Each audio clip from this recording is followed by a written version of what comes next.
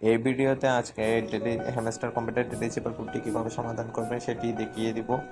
যদিও ভিডিওটা অনেক আগে রেকর্ড করছে, আপলোড করতে একটু দেরি করে ফেলছি আর মানে দেরি হয়ে যাচ্ছে আর কি। তো আমরা ডেলি চেপারে চলে আসবো। আজকের কোডটা হলো ICO। প্রথমে আই তোলার জন্য 2টি ডট দেওয়া লাগবে, তারপর আছে সি তোলার জন্য একটা ড্যাশ, একটা ডট, আবার একটা ড্যাশ, একটা ডট।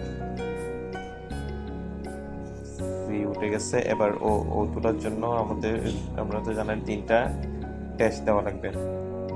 1 2 3।